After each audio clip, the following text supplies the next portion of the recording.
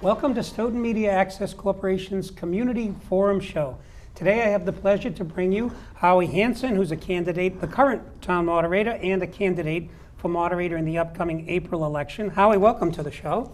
Welcome. All right. And also Bob Mullen, and Bob is a town meeting rep going on almost 20 years. Close to 20 years, that's correct, Steve. Thank you for inviting us. Yeah. So, Howie, a lot of discussion this year about town meeting and things that are going on. How would you like to start the show? What does town meeting actually do? Town meeting is probably the most democratic form of government, and it's been around for 383 years.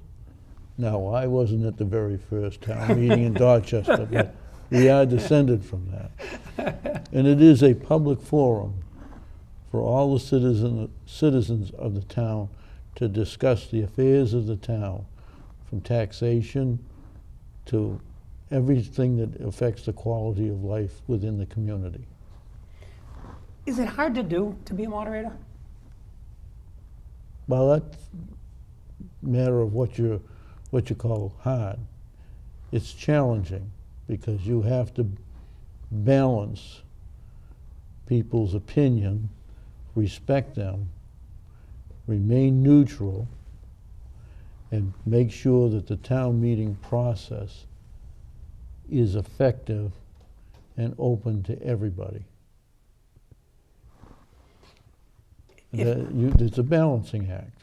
Yeah, it's very hard. I would think when someone feels so strongly that they want to get up and they want to speak to an issue, and if they don't sort of get their way, then they do things on the floor. And you have to enforce actions using things like the town meeting rules. Well, one of the things is you talk about rules.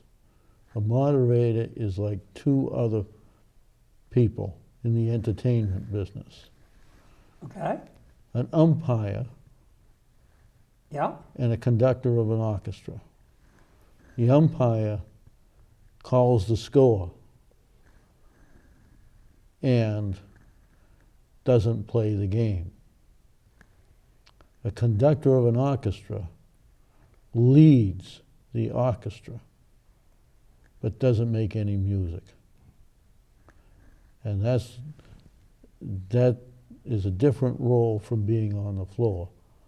So you have to respect people for their opinions, make them behave like, sometimes you have to be a little bit like a parent. Terse, maybe, or Well, you have to understand sometimes where people are coming from. Sometimes it's frustration, sometimes it's simply their character. But the intention of town meeting is to resolve all these issues of living in a community and to leave that meeting feeling that you've done the best. Now, Bob, you Yes. come on to support Howard. How do you think he's run the meetings and done what he said to honor every person's position? Well, I think Howie, he's been doing it for, I think, close to 27 years. So he's experienced, proven commodity to this town, impartial. And it's a tough situation. There can be a total of 168 town meeting reps in annual and special town meetings. Those are all elected. 21 per precinct. We have 8 precincts in town. And it's tough. You figure sometimes you go to a meeting with only 10 people or 20 people and try to control that meeting, right? I have trouble controlling 2 kids. That's right. What are you Same talking thing. about? Exactly. You know how it is, Steve. Yeah. Trying to control 160, if they all show 168 people, they all show up, 160 people show up, and they all have different opinions, and they all want to express their ideas. Not everybody gets up and speaks. It's like any other situation. There are some people who like to speak all the time. There are some people who don't say very much, but they all vote, which is the most important piece that we have here in our democratic process in town meeting. And it's really how he controls that meeting. He's been doing it. Don't forget, there were some big issues that came before us. This new Stoughton High School. presided over town meeting for that. People have the right to speak. Myself as town meeting member, I don't think I spoke on that issue, but enough people spoke on that issue that they represented what I thought was a valued opinion. And I voted for that high school because I think the town needed it. How we presided over that meeting with impartiality, fairness. And you also have to know what the general laws are and all the town meeting rules are. And it takes a lot of experience. It's not just being a town meeting for 6 months, town meeting member for 6 months or a year. You can't just take over that job. It's too detail oriented. You have to make sure it's very complex. You have to make sure the rules when it comes. I don't mean to jump in front of you, Howie, on all your issues here, but go ahead. Yeah, but if an issue has to go to bonding, the town has to raise bonds, sell bonds. I mean, you have to make sure that 2/3 majority vote on it, and you have to make sure for bond counsel the proper verbiage, is in the articles. Right. And in the motion. How we make sure it always is in there. I don't think anything was ever thrown back to town meeting or to this town because of an issue regarding an invalid motion or not the appropriate documentation involved in that motion never came back to the town as an issue. So I mean, speaking of preparation, Howie, how do you prepare an article? I mean, sometimes you have 40 or 50 articles. How do you prepare an article? Well, actually, there is a standard basic format. And an article, remember, is an agenda item. It just says, this is the matter which we want to have acted upon by town meeting, being an adoption of a bylaw, a statement of a resolution, or raise and appropriate money. We have to be able to know how to write specifically what you want to do and make sure that you are using the proper phrases to implement this. And there's some of the terms are used so frequently. There's a statement, a clause at the end of almost every article. Now remember, I'm saying article. It says to take any other action relative thereto. Now that has nothing to do with taking your relatives out of town. All right, but what it does say, you have a subject. I might want to take some relatives out of town, but go ahead. And when you make a statement like that, that's an authorization to modify. So if you're creating a bylaw, sometimes it's not appropriate to put that in there. And you just have to know that distinction from experience? Part of this comes out of experience. Part of it comes out of statutes. And a lot of times the public has a right to petition town meeting. And there are different regulations and rules regarding how you petition town meeting. And that's why I've always made a practice to leave my doors open to help anybody that wants town meeting. And I've helped a lot of people that I've maybe disagreed with, but many times they're trying to do something constructive. Simply trying to write things to make change, to boast somebody's personal credentials is not the purpose of town meeting. It is an experience to be participating in a democratic process which has been around a long, long time. So you have a lot of reverence for this tradition of town government. And you've set the key word, tradition runs town meeting. And when a moderator takes the gavel for the first time, he's always admonished, don't break the traditions. The origin of traditions in town meeting are very deep, further back than the formal town meeting session that we call today. When you go to church or synagogue or any organization, a social activity organization, you have traditions. It's what you expect so that you're having proper civil discourse where you're talking about trying to make resolution. The tradition says how and way we do things, and that is many of the issues that come up through why do we have rules of order. Talk to me a little bit about that. We've had a couple of other people on the show that are interested. Moderator is a contested position, and some have said that Robert's Rules of Order might be a better place or a better method than town meeting rules. So tell me about give me a little discussion, just a minute if you would. Well, rules of order have been around a long time. And there are many more than just Roberts. For many years, one of my predecessors used Cushing's Rules of Order. Cushing was once Speaker in the House in the 19th century in Massachusetts. But how you conduct a meeting, what kind of votes have to be taken, comes through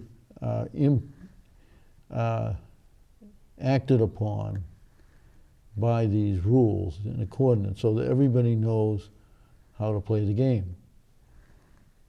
And there's a sequence that you do things. You don't, when you're in baseball, you don't throw the ball just at the plate. You have to wait till somebody gets up there to hold the bat. Right. So there's those little things and procedures. And you need these rules so that, one, you know what to expect and what to be defined. Simply, and you're taking, Robert's Rules of Order have been around since the early 1800s. It's developed in England and it's for Parliament. That's why they call them parliamentary procedures. Right. Which comes from the French word parler, to talk, to speak. The purpose of these rules may vary according to the type of organization. Town meeting time was developed by the Massachusetts Moderators Association using about 75 to 80% of the basis of Robert's Rules of Order, with applications to specific issues that come up with local government. And part of the rules of order have to sometimes be customized. Right. And there's such things as procedural rules. And you have to know all of those. You have to know them, but you must also have a mutual understanding by the participants what these rules are and their authorization and acceptance by them. I don't make the rules first. I provide them and introduce them. And one of the first things we do when we open town meeting is I ask for consent to employ these rules of order for at least that town meeting or the sessions of town meeting. Let me kind of break a minute. I'd like you to kind of just address for a minute the pay. It sounds like you have to know so much, you got to do so much. What are you getting paid? Is it worth it to do it? It seems like there's just... Well, I've been asking that question for a long time. Okay. For 1 year, I did not have a salary. Way back, 26 years ago. Yep. Because I came in as an acting moderator. Okay. First, I was deputy moderator. I received, I was elected deputy moderator by the town meeting members in a formal procedure set up by our charter. And much of my experience prior to coming to being the deputy moderator had been secretary to the Rules Committee and secretary to the previous moderator. I ended up succeeding and as a secretary to the Rules Committee, and that has to do with the initial process of setting up a town meeting and scheduling hearings, all of the nitty-gritty details to make this thing happen. How many hours do you put in each Well, year? Well, I would say there's a minimum of 4 hours for every session of town meeting. Now, In addition to the actual session, the- and then that- also, that- how much per article? How much time does each article, sort of, in time, cost a moderator? I'd hate to say cost. No, okay, we don't use the word cost, but I'm talking about in the time, the amount of time that a moderator spends on each article to get it ready to go. Well, you could spend a day. I mean, How about an average? So would you say 4 hours? I start with the 4 hours, but that's really a very conservative number. So if I've got 50 articles, 4 hours an article, that's 200 hours. If I've got 5 sessions, that's 20 hours, plus the actual session, which might be 5 to 6 Yeah. hours. So you're talking 300 to 400 hours a year, Yep. no question. What do you get paid? What's the moderator pay? I have a salary now that is $4,600 a year. So around 4,600. I It would- has to be a labor of love at 400 Well, hours. That's the commitment.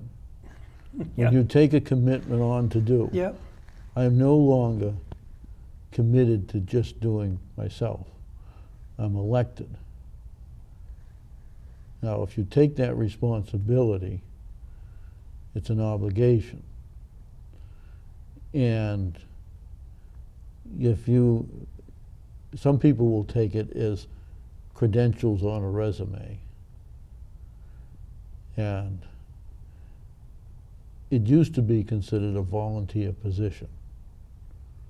That was back in 1633. You had a town crier come out. We ring can't a go bell. there. But I gotta break you because we only have a half hour, and I want you to address. There's been sort of a hue and cry about town meetings going too long. What do you have to say about that? that has all to do with the content of the warrant. The warrant is prepared by the Board of Selectmen. And if you're a town meeting member and the warrant comes out, you should feel honored that the Board of Selectmen are going to you for your consent to take this action on behalf of the community. And the bigger the town, the more business there is before town meeting.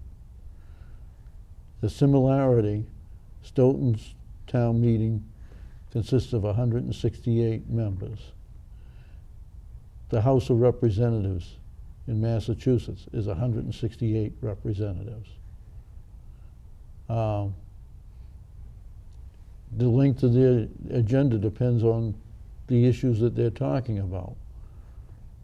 If you take a position as a town meeting member, in Stoughton, 1/3 of the town meeting members are already on committees serving to focus on the different types of issues that are in town meeting, Right. and they at least have a vetting process, so that when you come to town meeting, you have to have a report on every article that is before there, a recommendation. The recommendation may not be to vote for the article. The report may indicate why. Right, let me interrupt you again. Do you have enough town meeting reps?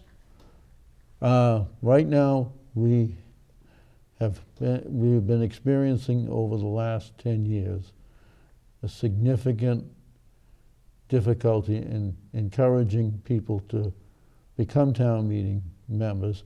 And one of the biggest issue, and I do serve on the education committee for the Mass Moderators Association. It's 8 moderators. And that is 2 things that have happened in the past 10 years significantly impacted. And I'm going to hit our educational system has removed, because of the MCAS test, the teaching of local history and civics. So that hurts, you feel that hurts And attendance? now, and you being part of the academic community, today you got people trying to recreate that thing, but those wannabe teachers that are now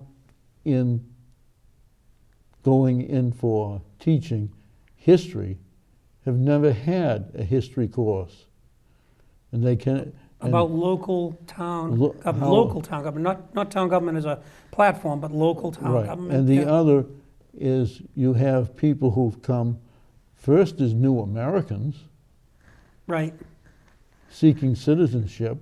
They don't teach local government in citizenship. and that hurts attendance. So let me cut you off right there, and I'm gonna go out to Gina in the background. And first of all, I wanna thank Gina, and I want to thank Dave Young in the background running the cameras. And we've also got Mike Hammond, Roy Cohen. We wanna run the credits right now. And when we come back, I'm gonna ask Howard to sort of tidy up the reasons why his 26 years of moderator make it essential, if you would, that you should vote for him. All right. Hi, it's Gary LaPierre, and the crew wants to thank Maxie's Delicatessen. That's at 117 Sharon Street in Stoughton. They're 781-341-1662. American Cancer Society, yes, they're looking for volunteers. Drive cancer patients to and from their treatments. 1-800-ACS-6662, or just go to www.cancer.org. Ilsa Mark's Food Pantry in St. Anthony's Free Market, 2 Park Avenue in Stoughton. For more information, call Christine Gallagher. That's at 781-341-0611 or 781-341-0549. Meals on Wheels. Just ask for Jessica.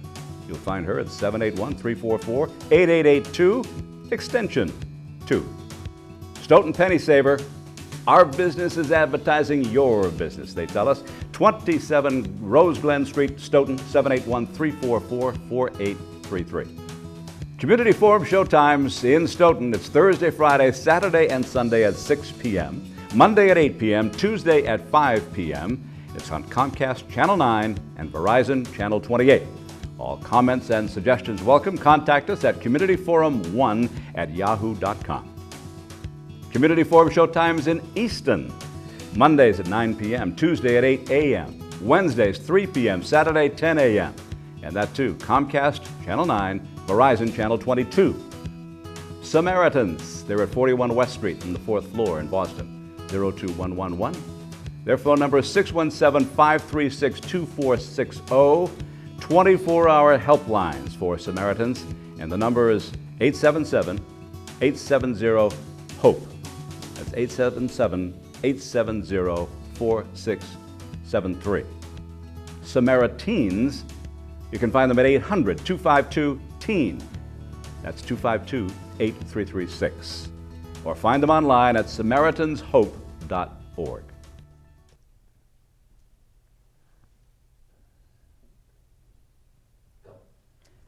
Welcome back to the show. I'm here with Howard Hansen, candidate for moderator, and Bob Mullen, who is a longtime town meeting rep. So, Howard, as we go to wrap up the show, there's a lot of talk in the town. We talked about why there isn't enough, let's say, town meeting reps, and it's not uncommon. I mean, there are towns like Framingham and other larger and smaller towns that have the similar problem of not getting enough reps in. But there's been a lot of talk about reforming the way town government is. How do you speak to that as we conclude the interview? You know, this is the 225th anniversary of the Constitution. Excuse me. And one of the basic differences historically goes back, there was a dispute. And one of the first people to vote no on adopting the Constitution was a fellow by the name of Consider Southworth from Stoughton. And he was one of the representatives of the Constitutional Convention. And his reason, we wanted a Bill of Rights. He wanted. Okay.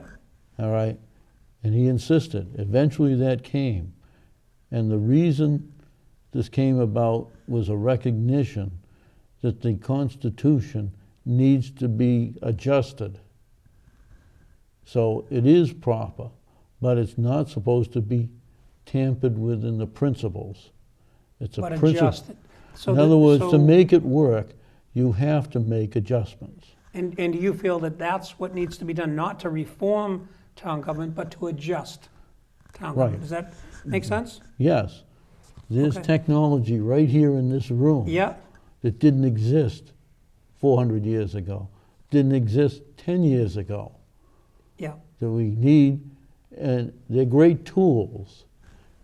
Robert's Rules of Order are a tool. Any rule of order is a tool. Anybody can carry the toolbox, but you've got to know how to use those tools in that box. And on that note, I want to thank Howard and Bob for coming on the show. And as Howard said, you're going to have to know how to use the tools at your disposal. I want to thank you also for watching our show. My name's Steve Kelly. I'm your host. This has been Community Forum. Have a great day.